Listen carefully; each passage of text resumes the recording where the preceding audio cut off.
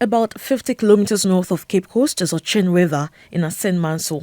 In this river, then a stream, slaves transported from the northern part of Ghana were made to take their last bath before they proceeded to the Cape Coast and Elmina castles for shipment to Europe.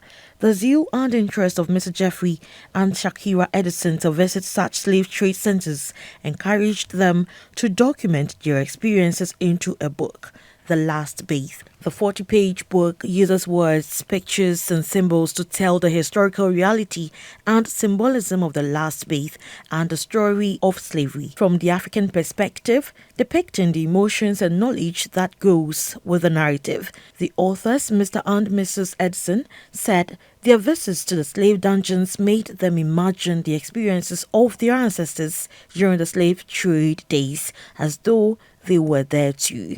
The drawings, the paintings put our response or reaction or how we felt about it, and that is captured in the book. We then also had the opportunity to travel north, not all the way north, but we were able to go to Tamale and Sagala and Sakpuli, some of the slave markets, or the markets where our African people were captured and enslaved, or captured and traded, I should say, and brought down. And so we documented that. And then also it captured some of the photos of our experiences during Panifest and Emancipation at the Durbar and Asen-Manso. And so it is important for us to tell the story. Mr. Ivo Ajimanjia launched the book.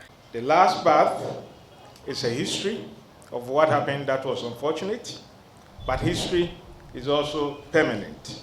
And in the sense that it is, this book adds up to what has already been written, the slave narratives of the 1800s and before then, and what the future also make of what happened in the centuries before then. The founding president of the Pan-African Museum, Mr. Kojayanga, and other guests who graced the occasion suggested that books that relate to the history of Africa and its people are made available in schools, as well as to the larger public for them to be acquainted with their history.